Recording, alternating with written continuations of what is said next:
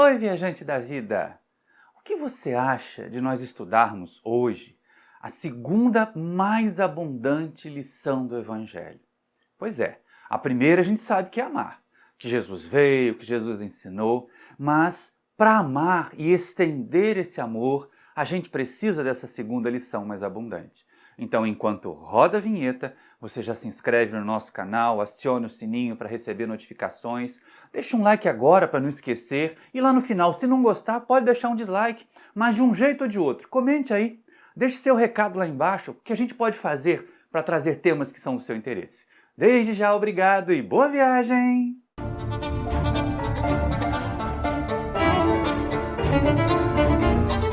Queridos irmãos, queridas irmãs do Centro Espírita Paulo de Tarso, que Jesus seja nosso companheiro nesse nosso momento de estudos. Quando nós pensamos nas grandes lições que Jesus traz do Evangelho, disparado a lição de amar e os exemplos de como amar que Jesus nos deu, desde as criaturas mais pequeninas, aos sofredores, aos ignorantes, que ele acolhia com generosidade, com piedade, até o amor pelos fariseus, pelos escribas, que ele externava como uma forma enérgica de despertá-los do torpor, do equívoco em que ele vivia, chamando-os até de raça de víboras. Às vezes, a forma dura, a forma firme como é falada, ela não exclui o amor. Ela, na verdade, pode ser um chamamento, uma tentativa de despertamento. E, exatamente aí, a segunda lição mais abundante do Evangelho, ela serve de suporte para que nós possamos estender o nosso amor além apenas daquelas criaturas com as quais nós temos afinidade, além apenas das criaturas que nós gostamos, os nossos queridos, e estender o amor àqueles que estão nos ferindo, nos magoando, nos causando mal, mas um amor prudente, um amor que seja calcado no perdão.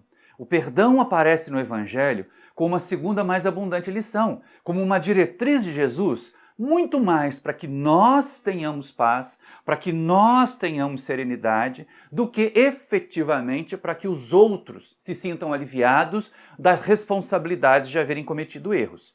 Ali, na verdade, nós vamos perceber lá no Sermão do Monte, quando Jesus afirma: "Bem-aventurados os misericordiosos, porque eles encontrarão misericórdia", já é uma advertência de que é importante nós sermos misericordiosos, nós apresentarmos a face do perdão, porque nós também vamos precisar de perdão. Nós também vamos precisar nos perdoar. Agir de tal maneira que nós consigamos disseminar na sociedade um clima de mais harmonia, um clima de mais serenidade. É verdade. O perdão aparece no Evangelho, pelo menos na visão dos benfeitores espirituais, na codificação, como uma das expressões da caridade. Lá na questão 886 do Livro dos Espíritos, Kardec pergunta aos benfeitores espirituais qual é o verdadeiro sentido da caridade como a entendia Jesus. E aí os amigos vão nos dizer: benevolência para com todos, indulgência para com as imperfeições alheias e perdão das ofensas. E aí a gente já tem até estudos anteriores sobre isso que vocês podem buscar lá no nosso canal. Mas benevolência é diferente de beneficência. Benevolência vai além da caridade material, que muitas vezes está restrita ali à beneficência. Indulgência é muito diferente de conivência, de dar de ombros e dizer assim: não é comigo, não me afeta, então deixa as criaturas assim mesmo, elas são assim mesmo, eu sou assim mesmo e nada vai mudar. Não, tudo tem que mudar para melhor. Tudo tem que ser alterado para melhor. E a indulgência é apenas uma compreensão de que se o outro erra, nós também temos as mesmas probabilidades, as mesmas possibilidades de errar. Tanto que Jesus também entende o perdão como uma forma de fazer caridade. Já que as outras criaturas, como nós também, somos todos capazes de ferir os outros, de magoar os outros, algumas vezes por dolo, algumas vezes com a intenção de fazer isso, e de outras vezes não. De outras vezes por culpa, como diria o meio jurídico, ou, no nosso caso espírita, por responsabilidade, sem consciência de que nós estamos fazendo mal, sem consciência de que nós estamos cometendo erros. E essa é uma questão que a gente não pode tirar de vista. Porque se a gente acha que é bonzinho e que os outros é que são malvados, a gente começa a se dar o direito de não perdoar. Mas, se nós nos vemos naquela condição que Jesus nos coloca, como também necessitados de perdão, como também carecentes de perdão, aí a gente começa a pensar duas vezes antes de ser duro com os outros, antes de ser exigente demais com os outros. E aí nós vamos perceber. Perdão aparece como uma diretriz do Evangelho, uma diretriz da doutrina de Jesus e é também uma diretriz da codificação, uma diretriz da doutrina espírita. Só que aí vem aquela questão, mas como é que a gente vai perdoar o criminoso? Como é que você vai perdoar alguém que assassinou um ser que você ama muito? É porque nós ainda fazemos uma imensa confusão sobre o que é perdão. Perdão não é para nós nos tornarmos bonzinhos. O perdão no Evangelho, o perdão proposto como mecanismo de libertação da vinculação negativa, é para que nós nos libertemos, é para que nós nos desvinculemos da mágoa, do ressentimento, da dor, que o ato negativo que foi praticado contra nós, ou que o ato que nós praticamos contra alguém, exercem sobre nós. Que esse impacto não nos paralise. Então é preciso aprender a perdoar. Muitas pessoas dizem assim, perdoar é esquecer. Quem esquece, perdoa. Não é verdade. Porque memória, lembrança, tem a ver com os nossos registros. Tem a ver com aquilo que nós guardamos no nosso cérebro e na nossa mente como espíritos. Mas o perdão, ele é uma ação do raciocínio sobre os nossos sentimentos, nos dizendo que é melhor nos desvincular, que é melhor o nosso sentimento não ficar contaminado, não ficar poluído pelas vibrações da mágoa, pelas vibrações do ódio, pelas vibrações do ressentimento. Mas isso é uma jornada. Isso não é uma mercadoria que nós encontramos na prateleira. Eu vou comprar lá 500 gramas de perdão. Vou lá no centro tomar passe e receber 1 quilo de perdão. Não! A gente vai perceber o seguinte, vai depender do nosso nível evolutivo. A proposta de Jesus, ela é muito clara para nós. Ela nos convida a perdoar os nossos inimigos, a fazer o bem aos que nos perseguem e caluniam. E aí lá no Evangelho segundo o Espiritismo, Allan Kardec tem um capítulo inteiro sobre o amar os inimigos, em que nós aprendemos na codificação que quando Jesus diz amar os inimigos, não significa ter por eles a mesma ternura, fazer vibrar os nossos sentimentos da mesma forma doce, suave, gentil, que os nossos sentimentos vibram quando nós estamos com uma pessoa querida, com uma pessoa que compartilha nossos ideais e as nossas ideias. Não, mas é só não sermos inimigos, é não usarmos os mesmos métodos dos inimigos. E aí algumas pessoas dizem, mas Jesus é o perdão em absoluto. É verdade. Jesus é o exemplo máximo de perdão que nós temos. Mas qual é a sua categoria evolutiva? Qual é o grau evolutivo de Jesus? Vamos dizer, espírito puro. Ele já era espírito puro antes da formação da Terra. Ele é o governador espiritual do planeta, como diz Emmanuel. Então, gente, aquele momento em que, após ter sido torturado, ter sido traído, ter sido abandonado, e mesmo assim, lá do alto da cruz, ele diz, Pai, perdoa-lhes, eles não sabem o que fazem. Isto é o perdão no nível espírito puro. O que seria o perdão no nível de aprendizes? O que seria o perdão no nosso nível de espíritos ainda encarnados no planeta de provas e expiações? E aí nós podíamos fazer uma comparação. O perdão que nos é proposto, ele não é um momento. Como eu disse, não é uma mercadoria que se adquire. Ele não é um botão que se gira e de repente nós passamos a perdoar todo mundo. Ele é um processo. Aprender a perdoar é nos disciplinarmos, é nos educarmos para fazer isso.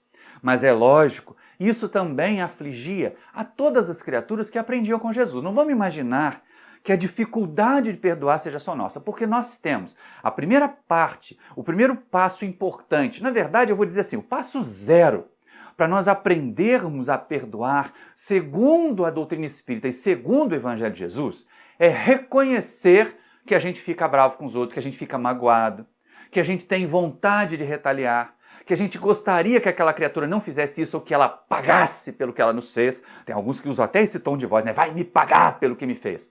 São criaturas equivocadas, são criaturas que não sabem o que estão fazendo. E aí a gente começa a perceber que a proposta é diferente e ela, como eu disse, afligia até mesmo os discípulos. Não é à toa que Simão Pedro chega perto de Jesus, num dia que ele deve ter tido muito problema lá no mercado de peixes, num dia que ele deve ter tido desentendimento com os parentes, assim, Mestre, quantas vezes deverei perdoar o meu irmão quando ele pecar contra mim? Será até 7 vezes? E aí essa pergunta faz sentido, porque no costume judaico, a criatura, para dizer que perdoava alguém, ela tinha que publicamente falar isso. Então ela encontrava o indivíduo lá no templo e dizia, fulano, eu te perdoo. E aí encontrava na rua, fulano, eu te perdoo. Isso, na verdade, gente, é uma crueldade sem tamanho com o agressor. Porque não é perdoar de verdade, é expor a falha dos outros. Imagina agora nos nossos tempos, se a gente adota essa metodologia lá que Simão Pedro estava achando, o quanto não seria complicado. Alguém faz alguma coisa contra nós e aí a gente encontra essa pessoa na entrada do centro espírita. E para parecer bonzinho, diz assim, olha fulana, eu te perdoo. Todo mundo que está em volta da gente vai olhar e assim, o que será que aconteceu entre esses dois? O que será que essas criaturas estavam fazendo? O que o outro fez para essa aí precisar perdoar? E aí encontro no mercado e digo a mesma coisa. Beltrano, eu te perdoo. E aí todo mundo vai ficar. Então isso é exposição pública da crueldade do outro em relação a nós. E é uma tentativa de nós nos fazermos de vítima também.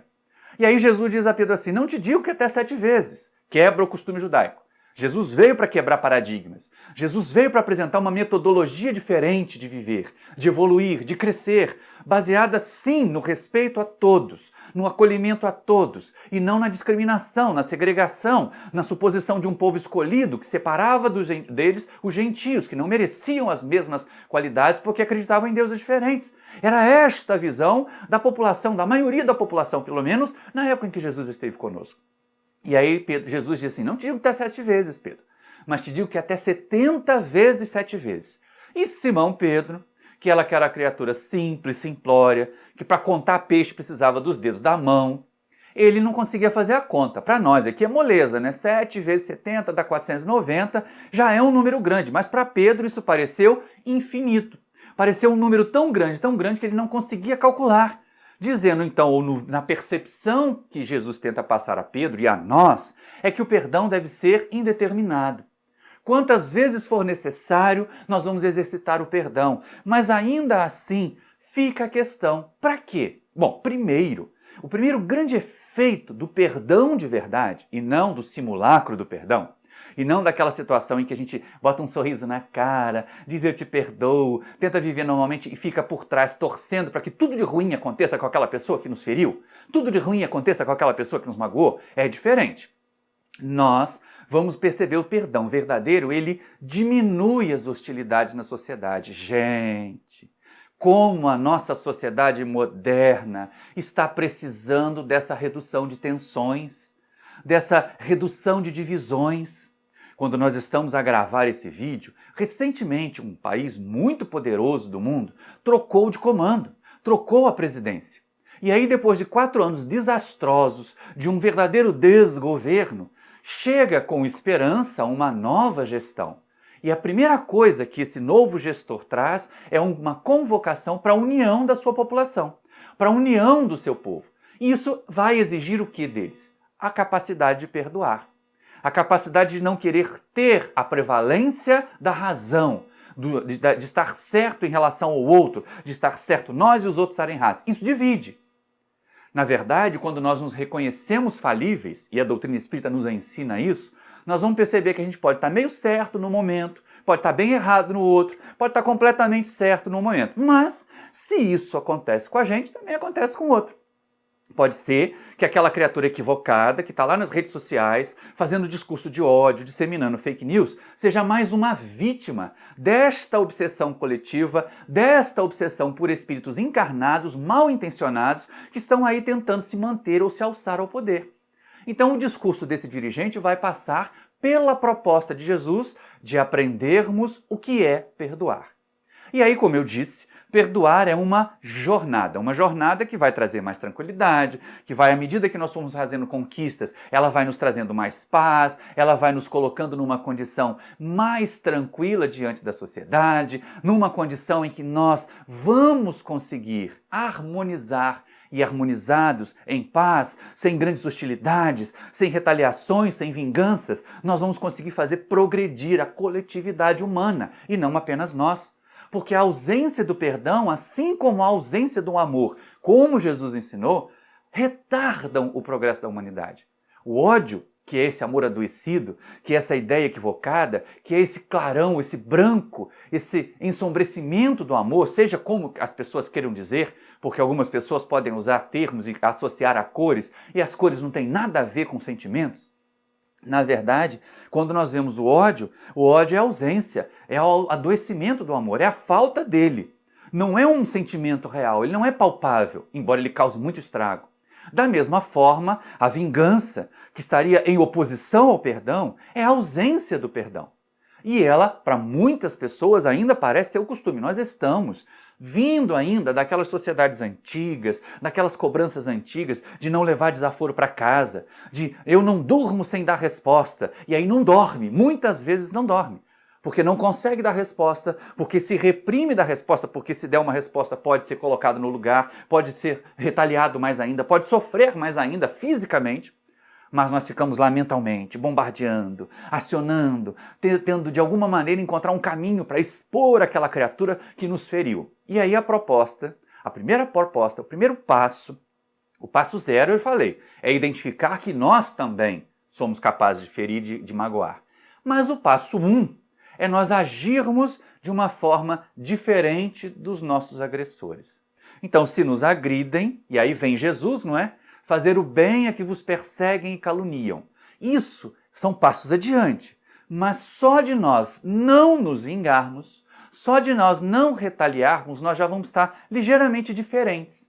Um pedacinho, um degrauzinho acima da condição de provas e expiações natural aqui nossa, ainda natural na Terra. Em que as criaturas que são feridas, em que as criaturas que são magoadas, elas tentam se vingar. Tanto que os nossos processos judiciários, na maioria das vezes, eles ainda comportam muito mais a vingança, a punição, do que a correção da falha. O momento, o treinamento, a reflexão para que a criatura considere que aquilo que ela cometeu é prejudicial para a sociedade e para ela, tem acontecido muito pouco no nosso sistema judiciário, que é muito mais punitivo do que corretivo. Tanto que se diz, principalmente aqui no nosso Brasil, que as criaturas, quando elas são mandadas à prisão, elas vão fazer curso de banditismo. Porque lá de lá elas saem piores. O indivíduo que entra como estelionatário sai como estelionatário e assassino. O indivíduo que entra como um assassino sai um serial killer. E assim por diante. Então é porque aprendem coisas negativas. Eles estão lá só sendo punidos, a sociedade os isola, mas a sociedade não os instrumenta.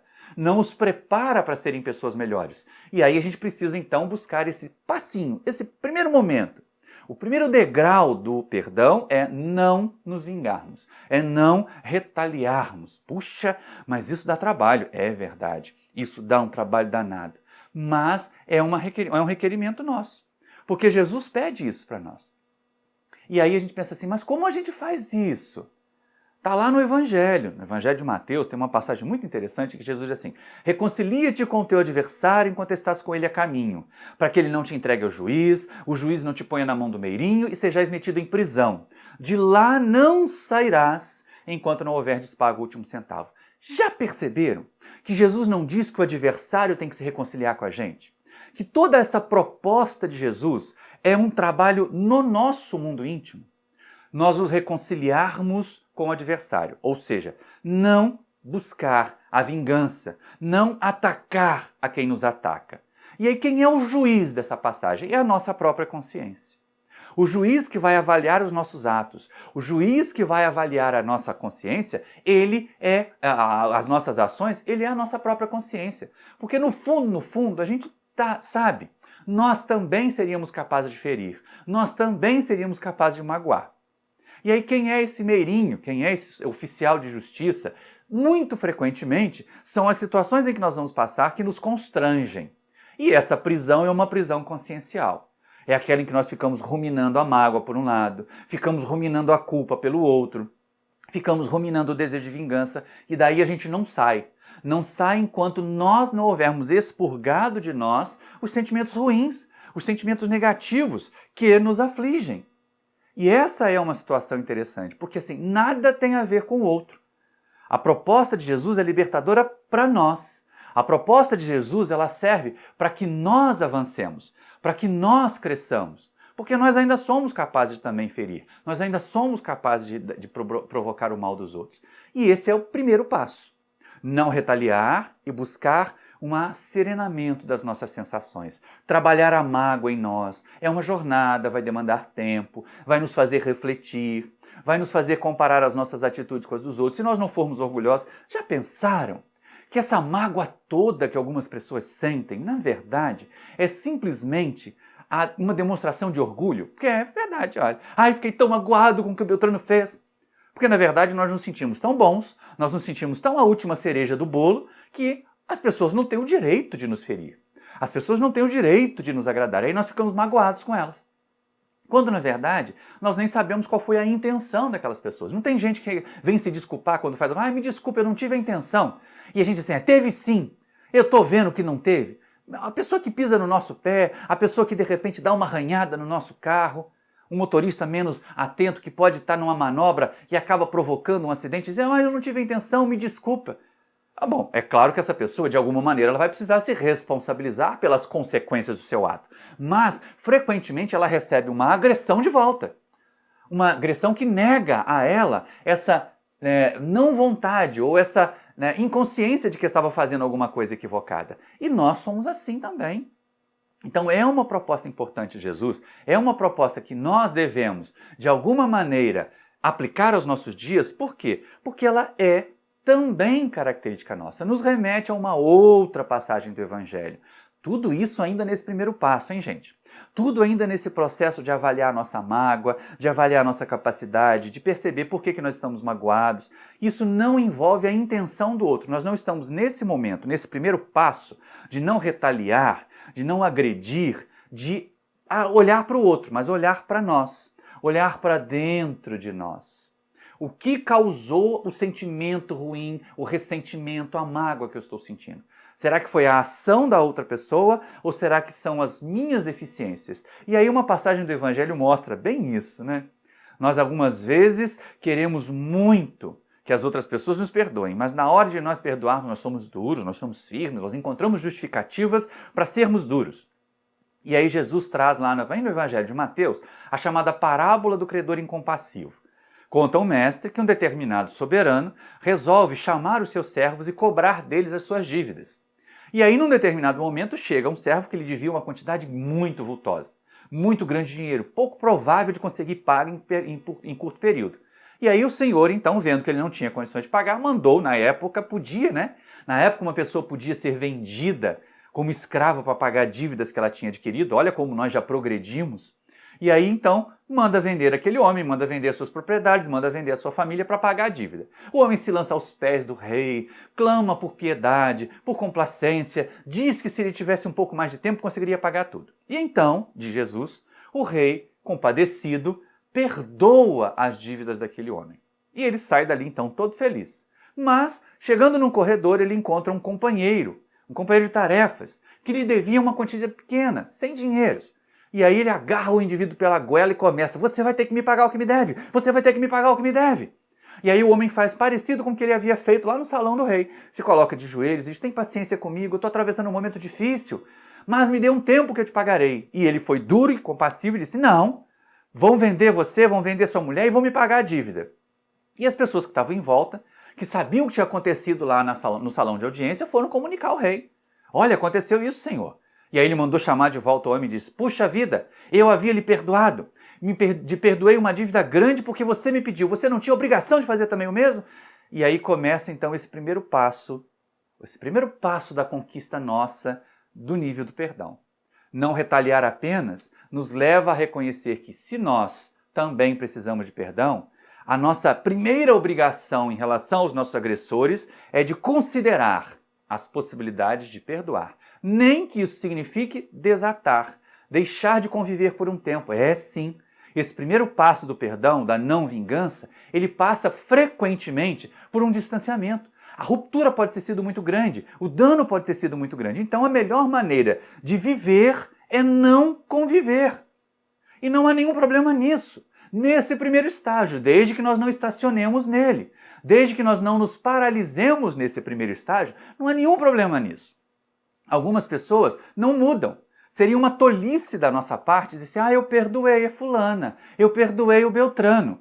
Agora vai ficar tudo bem entre nós, mas a pessoa não mudou. Aí vem o próximo passo. na escalada do crescimento do perdão em nós. É nós percebermos que o outro, que aquela outra criatura que foi capaz de fazer muito mal para nós, ela não é 100% má.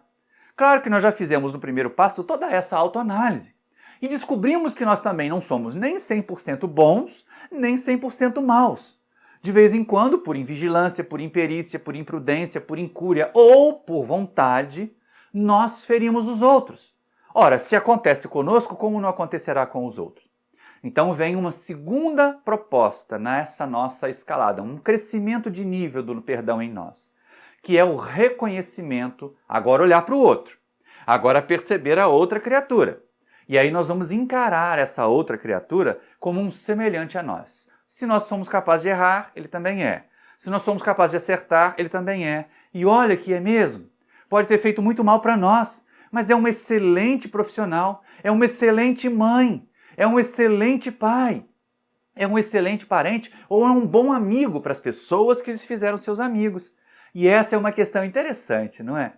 Porque nesse processo de consolidar o perdão em nós, de fazer crescer o perdão em nós, nós nos colocamos numa condição ímpar. Porque podemos perceber as virtudes do outro, já é o segundo passo. E aí vamos olhar para nós. Porque vem um terceiro passo. Sem esse, a gente não consegue dar o próximo. E o próximo é importante, o próximo é relevante, o próximo é aquilo que Jesus nos propõe, fazer o bem a quem nos persegue e calunia. Mas, antes de pensar em perdoar o outro, não é importante, num terceiro passo, nós considerarmos a necessidade do auto-perdão, de reconhecer que naquele atrito, naquele conflito que surgiu, na hostilidade que as outras pessoas desenvolvem em relação a nós, pode haver uma responsabilização nossa? Pode haver a consequência de atos que nós praticamos antes, porque de vez em quando não acontece isso. A gente vai dando alfinetada, vai jogando indiretas, vai cometendo erros, até o ponto que a outra criatura não suporta mais e nos ataca, e se torna hostil a nós. E aí nos colocamos naquela condição de vítima. Ai, por que isso aconteceu comigo? Agora eu tenho que perdoar porque eu sou cristão. Bom, a gente precisa perdoar não é porque nós somos cristãos, não é porque nós somos espíritas. É porque o perdão nos liberta. E aí, terceira escala é o auto-perdão. Auto-perdão é essa análise, essa percepção de que nós podemos errar e fazer diferença.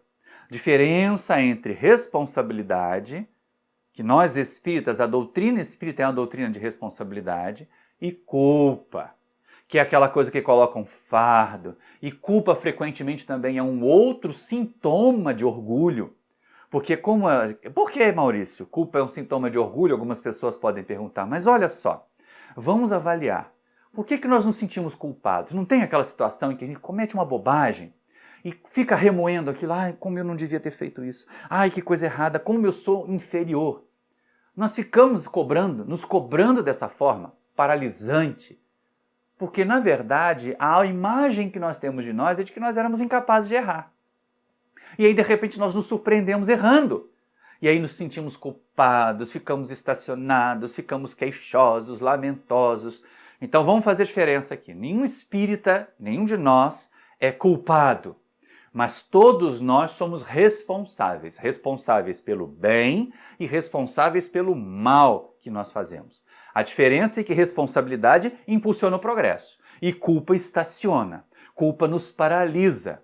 Vamos sair dessa situação, vamos sair dessa condição que é negativa, que é uma condição muito ruim, por sinal. Uma condição que nos faz não progredir, não avançar. O responsável, ele reconhece assim, puxa vida, errei, eu vou lá pedir desculpa, mas a pessoa não aceitou desculpa, não tem problema, eu não vou errar de novo com ela e vou tentar não errar com as outras. E isso é a atitude de alguém que se responsabiliza.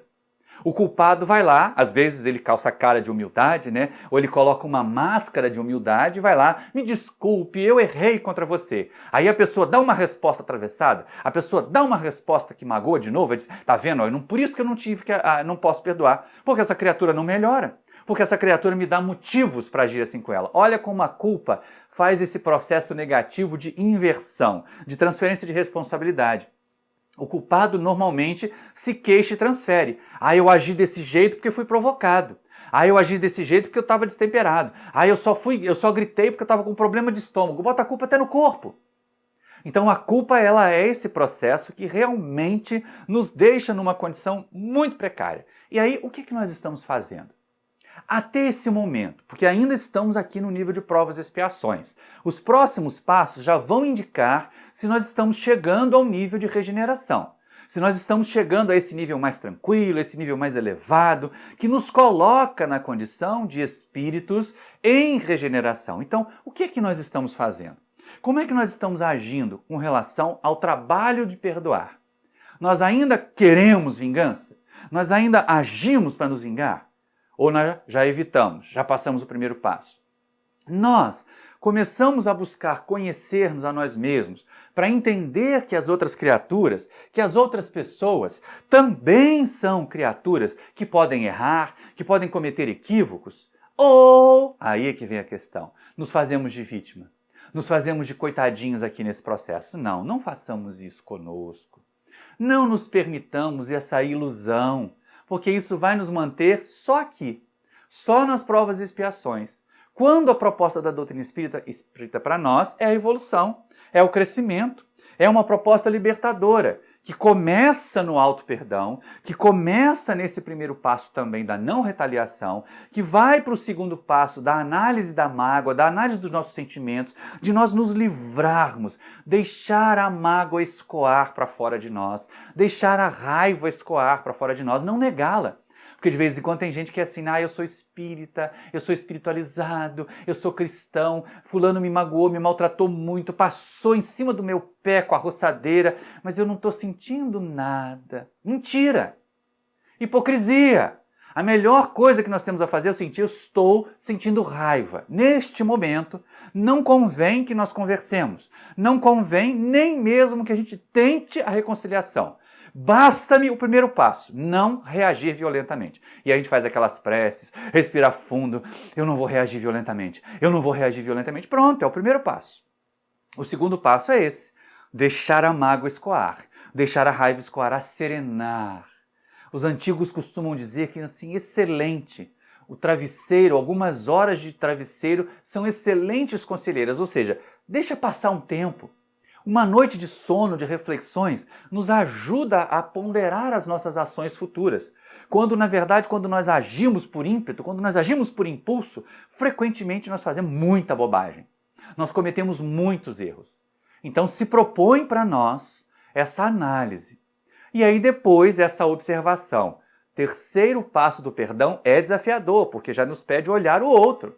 Olhar o nosso agressor não como um hostil adversário, mas como um companheiro, uma companheira de humanidade tão frágil quanto nós, tão capaz de errar quanto nós, o que nos leva a buscar perdoá-lo ou perdoá-la e perdoar a nós mesmos. Mas não vamos confundir. Perdoar os outros, nos desvincularmos do mal do outro, não significa dar de ombros e dizer, eu não ligo. Porque, muito frequentemente, isso nós vamos encontrar essa mensagem do Espírito São Luís, lá no capítulo 21 no capítulo 10 do Evangelho segundo o Espiritismo, item 21. E é uma mensagem interessante porque Kardec pergunta a respeito dessa questão da exposição das falhas alheias. E o Espírito São Luís diz, quando as falhas de um indivíduo dizem respeito só a ele e afetam só a ele ou só a ela, não há nenhuma utilidade em divulgá-las. Mas, se as falhas de algum indivíduo, se alguém que nos fez mal vai continuar fazendo mal aos outros, se as falhas de um indivíduo podem atingir a outras pessoas, podem atingir a terceiros, pode se tornar um dever torná-las públicas. Porque aí nós evitamos que o mal se alastre. Então o espírita não vai ser omisso. Espírita não vai dizer assim, está tudo nas mãos de Deus, vamos deixar que Deus cuide. E quando na verdade nós temos responsabilidade. Eu não vou reclamar dos meus governantes, vamos orar para que eles acertem. Tudo bem, mas da próxima vez não vota nele que está cometendo erro, não vota nela que está cometendo erros. Ou então assuma a responsabilidade de ter colocado essa criatura incompetente que está cometendo erros lá e faça o possível para diminuir o impacto das ações desse indivíduo que você ajudou a eleger.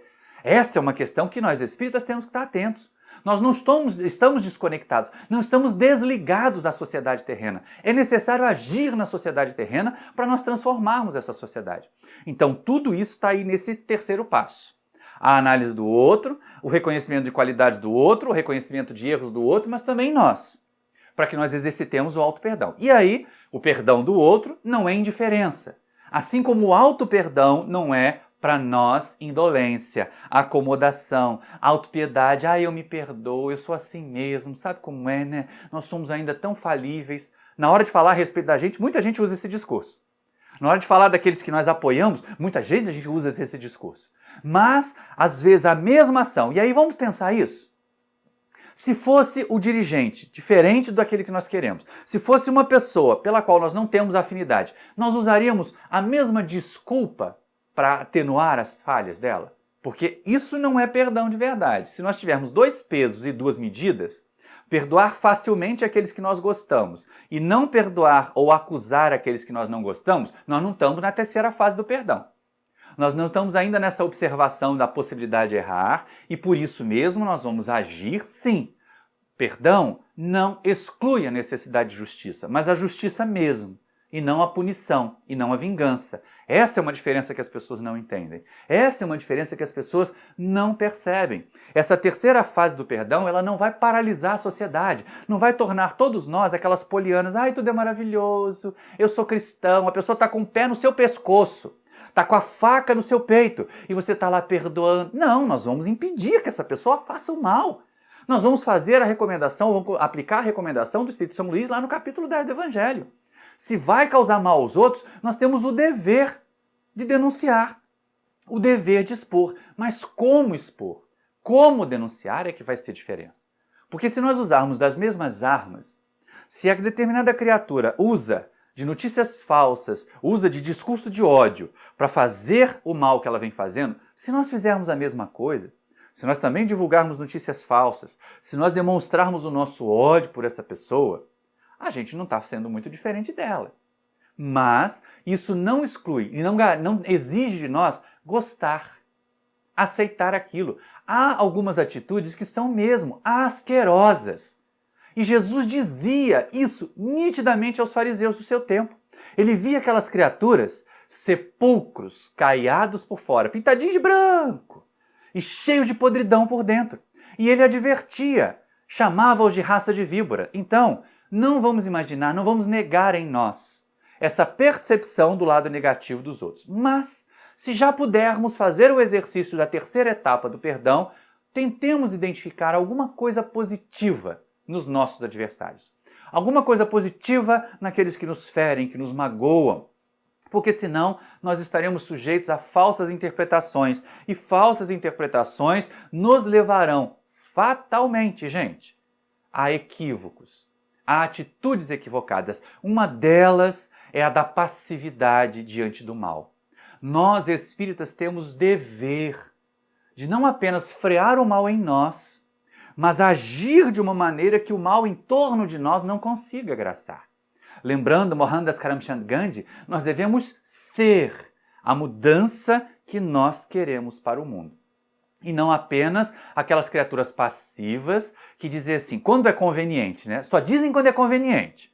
Ai, está tudo nas mãos de Deus. Ai, Jesus está no leme. Cada vez que eu ouço isso, já falei isso em mais de uma palestra, eu imagino Jesus morrendo afogado, porque o leme fica lá debaixo, dentro d'água, no barco. Jesus está tomando conta do timão, que é aquele instrumento na embarcação que controla o leme. Mas no leme, não. E tudo é planejamento de Deus. Vão lá assistir a nossa palestra sobre fatalidade, que vocês vão perceber que muitas das vezes, aquilo que a gente diz, é planejamento de Deus, estava escrito, é simplesmente incapacidade, incompetência nossa de modificar as suas consequências, de modificar os seus resultados. Não vão ficar iludidos de que tudo que está acontecendo está nas leis divinas. Ora essa, vamos pensar um exemplo da pandemia, né? Se eu não usei máscara, se eu fui para a aglomeração e peguei a doença e estou agora precisando ser entubado num CTI, não é a vontade de Deus. Não vem com essa conversa fiada, não. Eu me expus, é quase suicídio isso. Se eu divulguei que vacina faz mal e as pessoas não se vacinaram e essas pessoas obedeceram, não é a vontade de Deus. Foi a minha ação que fez com que aquela criatura encurtasse o seu tempo de vida, com que eu encurtasse o meu tempo de vida.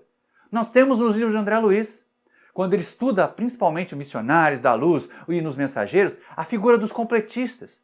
E aprendemos que são raros os que conseguem vivenciar todo o seu planejamento. Alguns encurtam a sua vida, utilizando mal os seus corpos, detonando seus corpos com ações, com consumo de coisas que encurtam a vida. Então não vem com essa conversa de que, é fatal, tinha que acontecer, estava escrito nas leis, era para o indivíduo pagar uma dívida. Deus não é agiota.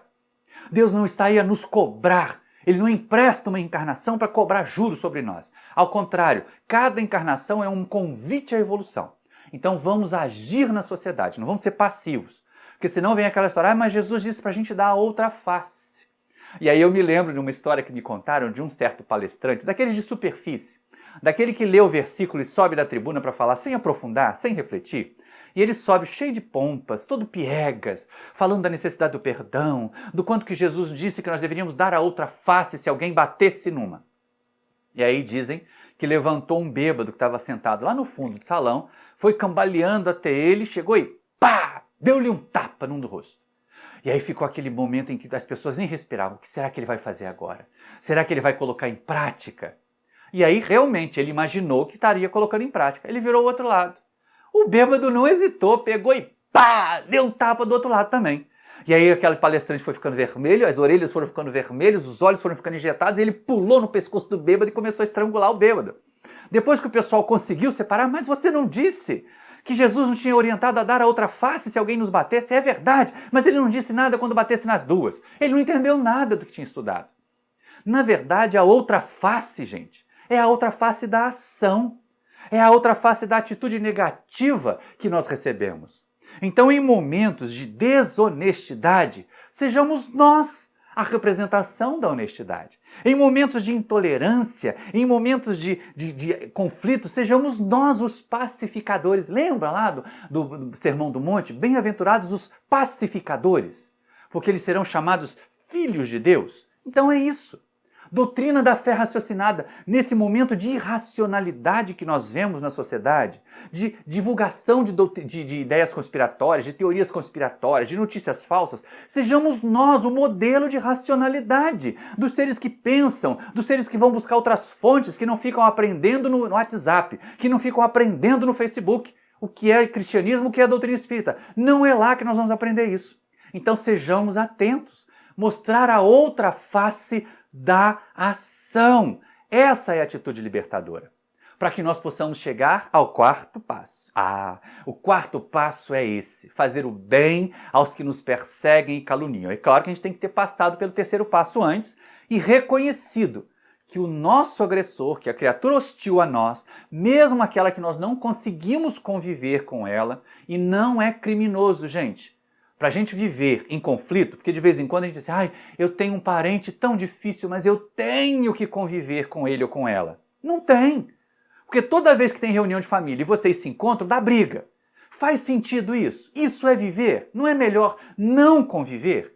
Então eu volto a repetir, para conviver em situações muito específicas, muito graves, às vezes a melhor proposta é não conviver. Isso ainda é lá o primeiro passo rasteiro do perdão, mas já é melhor do que a vingança. Mas, considerando que nós passamos pelos 3 passos anteriores, chegamos ao quarto passo, que é fazer o bem aos que nos perseguem e caluniam.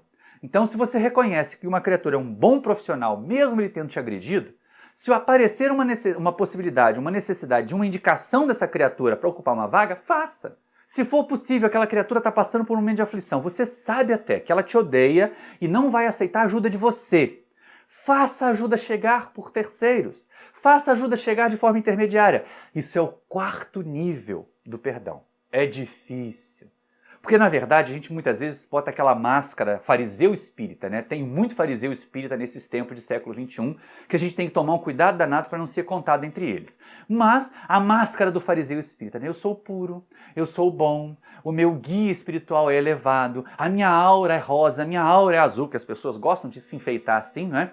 E aí, aquela história de que eu perdoo, eu não faço nenhum problema, eu entendo as limitações da criatura, eu entendo as limitações do companheiro, eu entendo as limitações da companheira, e aí faz aquele desvio, né? Desfila ali um monte de defeitos que a gente identifica no outro, sem identificar as qualidades. Ou às vezes, para falar de uma qualidade, né, fala mal, mostra todas as outras falhas que a pessoa tem. Isso não é perdão, coisa nenhuma. Isso não é identificação das qualidades, coisa nenhuma. É mais ou menos o que Pedro perguntou para Jesus. É aquela exposição pública das falhas alheias para a gente fazer o papel de coitadinho e justificar que ainda não tem um bom relacionamento com aquela criatura. É melhor não conviver com ela. Mas se nós já pudermos ajudar, gente, isso é um passo imenso. Lá no livro do Evangelho segundo o Espiritismo, nesse mesmo capítulo do Amar os Inimigos, quando a gente aprende nos textos de Kardec, nas mensagens dos benfeitores espirituais, que quando nós fazemos o bem aos nossos inimigos, pelo menos nós tiramos deles os argumentos que eles têm para nos fazer o mal, isso também cria para nós, na sociedade em torno e as energias em torno de nós, um halo de defesa. Uma espécie de escudo. Quem gosta de filme de ficção científica adora aquela história de escudo, né, de barreiras energéticas. Mas do ponto de vista espiritual é isso mesmo, são barreiras energéticas que nós criamos em torno de nós. Quem pensa o bem, quem age no bem, se protege contra as vibrações do mal que são lançadas contra nós. E nós temos essa possibilidade. E nós temos essa capacidade. Vai ser muito importante, vai ser muito útil nós fazermos isso. E aí, fazer o bem aos inimigos é o quarto passo. O quinto passo a gente deixa quando estiver na condição de Jesus, mas já pode começar a pensar nele, não é? Aquela de olhar do alto e assim, eu não preciso me sentir ofendido. Quando Jesus, vamos perceber, lá no alto da cruz, ele pede que Deus perdoe as criaturas. Mas ele não diz, eu perdoo vocês. Porque ele já se colocou numa condição de inofendível. De uma criatura em que as nossas ações, ele olha para nós como crianças, como seres imaturos. Jesus nos compreende, ou seja, esse quinto nível de perdão é a compreensão, não a compreensão piegas, aquela ideia orgulhosa de eu sou superior, então eu vou mostrar piedade, compaixão por esses seres inferiores, essas formiguinhas que estão tentando me dar picadas. Não! É a percepção de Jesus mesmo, de que muitos companheiros nossos de jornada ainda estão numa fase menos amadurecida. Mas, para que nós possamos viver essa fase mais amadurecida da proposta de Jesus para nós, como a gente precisa amadurecer, crescer, como a gente precisa fazer esforço. Não vão imaginar que o fato de ter o rótulo de espírita, de ter o rótulo de cristão, nos dá automaticamente uma autoridade moral, nos dá superioridade. E aí volta a proposição de Jesus. Vamos perdoar. E algumas pessoas podem dizer, mas se a gente sair perdoando todo mundo aí, como é que vai ser? Ora, já dissemos, o perdão nos liberta, mas ele não liberta a criatura que cometeu o erro da responsabilidade e nem das consequências do erro que ela cometeu. Cada criatura vai fazer os seus ajustes, vai se encontrar com o juiz, que vai passá-la para as mãos do meirinho, que vai passar um tempo nessa prisão emocional até que pague o último centavo e se liberte. Não fiquemos iludidos. Não imaginemos que vai ser aquela coisa assim, se eu perdoar, ninguém vai ser punido na Terra e tem criaturas que precisam mesmo de punição. Não, cada um de nós vai encontrar o seu caminho. Agora, não sejamos nós instrumentos da vingança. Então, só recapitulando, antes da gente encerrar a nossa tarefa, não imaginemos aquela atitude piegas e muitas vezes hipócrita de eu perdoei e esqueci. Não, eu já falei no começo, vou falar no final de novo. Perdoar é a ação do raciocínio sobre os sentimentos. Doutrina da fé raciocinada. Eu vou pensar por que é importante eu me desvincular da vibração negativa. Proposta do Espiritismo, desatar e deixar ir. Não mantenhamos o nosso pensamento. O ódio nos aprisiona. O ódio é corrente que nos prende ao nosso agressor, à nossa agressora. E o perdão é aquele momento em que nós nos libertamos, em que nós nos desvinculamos da vibração negativa. Mas ele só vai acontecer se nós realizarmos esses passos. Pelo menos os 3 primeiros passos aqui na Terra, planeta de provas e expiações. Aqueles de nós que conseguimos amadurecer um pouquinho mais, vamos conseguir o 4º passo, de fazer o bem àqueles que nos perseguem, àqueles que nos fazem o mal. Mas se a gente já conseguir não retaliar, não nos vingarmos, manter o distanciamento necessário para não causar mais hostilidade, deixar que o sentimento ruim, a mágoa, escoem de nós, nos livrarmos da vibração negativa, desatarmos-nos das criaturas que nos agrediram, das criaturas que nos fizeram mal, nós já teremos dado passos muito importantes, passos muito firmes no nosso progresso. E olha que esses 2 primeiros passos, na verdade, essa autoanálise, esse auto-perdão é um passo complementar ali desse segundo, de deixar escoar. Esses passos, dizem respeito apenas a nós não precisamos nem do pensamento do outro, nós não precisamos nem buscar a outra pessoa, mas esse terceiro passo é realmente essa análise da outra pessoa. Perceber que assim como nós, ninguém é 100% bom, ninguém é 100% mal. Não nos iludamos, isso também é uma atitude viciosa do passado, daquela segregadora, da mesma história, quase mudando os termos, os gentios e o povo eleito. Aqueles que pensam como nós são o povo eleito, aqueles que são cristãos são o povo eleito, aqueles que são espíritas são o povo eleito. Os que não pensam como nós são gentios. Olha, não é mais ou menos a mesma coisa do tempo de Jesus? Só que nós estamos na Terra, planeta de provas e expiações. Ninguém está aqui por acaso, ninguém está aqui sem vinculação psíquica, vibratória, emocional com esse planeta. São raros os espíritos que estão nesse planeta em missão de transformação, em missão de renovação da sociedade e que não tenham compromissos com o planeta. Nem mesmo Bezerra de Menezes. Ele mesmo pediu para permanecer aqui nas vezes que foi convidado a deixar o planeta e evoluir num planeta superior, porque ele tem os seus vínculos com a Terra. Eles têm os seus vínculos com os espíritos com os quais tem afeto. Ele tem por nós um carinho, uma gentileza tão grande, que optou por seguir se desenvolvendo aqui junto de nós. Então, ninguém é 100% bom, ninguém é 100% mal. Se outros podem errar, nós também podemos. Então, se eles precisam de perdão, nós também precisamos. Voltamos àquele momento no Sermão do Monte em que Jesus diz: bem-aventurados os misericordiosos, porque eles encontrarão misericórdia. Essa é uma questão que nós não podemos perder de vista. O mestre não está pedindo a gente para ser bonzinho para os outros. Fazer aquela cara piegas assim, eu perdoei. Mas Deus vai fazer justiça no meu lugar. Isso não é perdão coisa nenhuma. Isso aí é ficar contratando Deus para matador de aluguel. Só falta pedir que Deus jogue um raio na cabeça do nosso adversário. Nada disso. É realmente o desatar, o desvincular. Como esse segundo passo vai tomar tempo da nossa encarnação.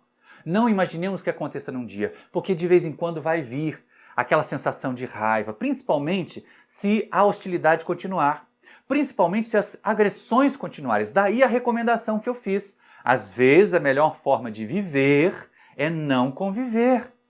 E isso de uma forma pacífica. E não aquela história, não conviver, mas fica monitorando a vida do inimigo. Fica monitorando o que acontece de bom com ele. Aí fica com raiva, fica com inveja, fica se achando injustiçado. Fica monitorando o que acontece de ruim com ele. E aí fica com aquele ar de satisfação. Tá vendo? Deus está fazendo justiça no meu lugar. Mentira! Na verdade, isso não é perdão e nem é distanciamento. Nós podemos estar fisicamente distante de alguém que nos faz mal, mas mentalmente próximos, ligados a ele. E a proposta aqui é a seguinte, o segundo passo é desliga-te. Desliga-te emocionalmente, desliga-te do pensamento, desliga-te vibratoriamente do teu agressor. Para que as outras pessoas possam seguir a sua vida com liberdade e responsabilidade. Porque nós só podemos mudar a nossa vida.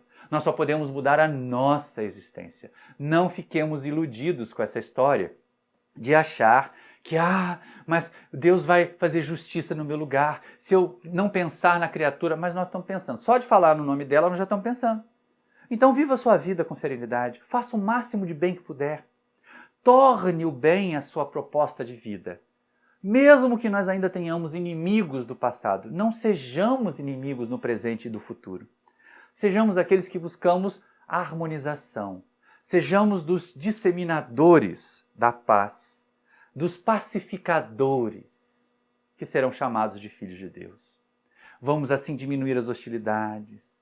É hora da gente pensar assim, que vontade de dar uma resposta na rede social àquela criatura que veio falar bobagem no meu perfil. Ou aquela criatura que falou bobagem no próprio perfil. Aí, pelo amor de Deus, né? Tenhamos consciência, no próprio perfil é como se o indivíduo estivesse dentro da casa dele. Ele fala o que quiser, ela fala a bobagem que quiser.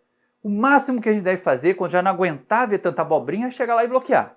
Mas, se vem dentro do nosso perfil, acontece exatamente como aconteceria. Você deixaria um louco, uma criatura insana, entrar na sua casa, arrombar a porta da sua sala e ficar falando bobagens lá, batendo numa panela, xingando lá dentro? Não. Você trancaria a sua porta. Você fecharia o seu portão. E se a pessoa invadisse, você até chamaria a polícia para remover essa pessoa. Então, as redes sociais são como a nossa casa. Não permitamos que a nossa casa virtual seja invadida por baderneiros. E a facilidade ali é botar tranca. O indivíduo começou a se exceder, começou a exacerbar do que deveria, ok. Garanta paz para você, garanta harmonia para o seu viver. Não é se fechar numa bolha em que todo mundo pensa igual, em que todo mundo fala as mesmas coisas.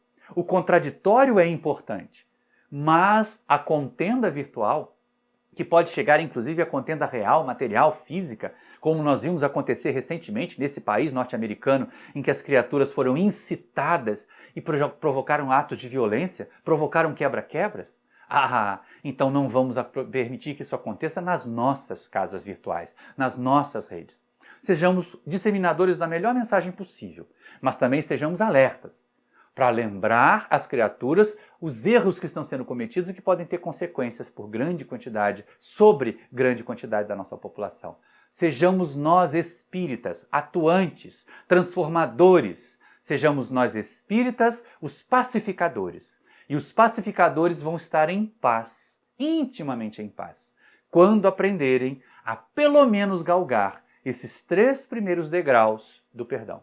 O 4º e o 5º ficam como desafios para o nosso momento de mais amadurecimento espiritual, quando nós já pudermos fazer o bem àqueles que nos perseguem e caluniam, porque também é recomendação de Jesus. Faz uma tentativa aí, tenta dar uma ajuda aí àquela criatura que hoje te prejudicou, que falou mal de você, mas olhar do alto da cruz e perceber as criaturas como crianças espirituais, como Jesus fez, meus irmãos, eu confesso, está muito acima da minha capacidade de espírito em provas e expiações. Mas, pelo menos a gente já reconhece, nós todos somos crianças espirituais. Nós todos ainda estamos naquela condição que Jesus olha lá do alto da cruz hoje e diz assim, ai meu Deus, perdoa essa criatura que não quer tomar vacina. Ai Senhor Deus, perdoa essa criatura que está divulgando fake news nas redes sociais. Perdoa esse espírita que faz sinal de arminha e diz que bandido bom é bandido morto, ele não conhece nada de processo obsessivo. Deve ser Jesus falando isso tudo para nós. Façamos, meus irmãos, hajamos. Vocês que estão aí do outro lado da tela, aproveitem esse momento, se de alguma maneira nós conseguirmos inspirar, porque falamos para nós. Tudo o que falamos aqui é para que nós tentemos fazer, porque ainda não conseguimos fazer plenamente. Temos passado por dificuldades, temos tentado extremamente, mas vamos conseguir um dia. Tenhamos confiança. O importante é não parar. Muita paz para vocês. Muito obrigado pela sua atenção.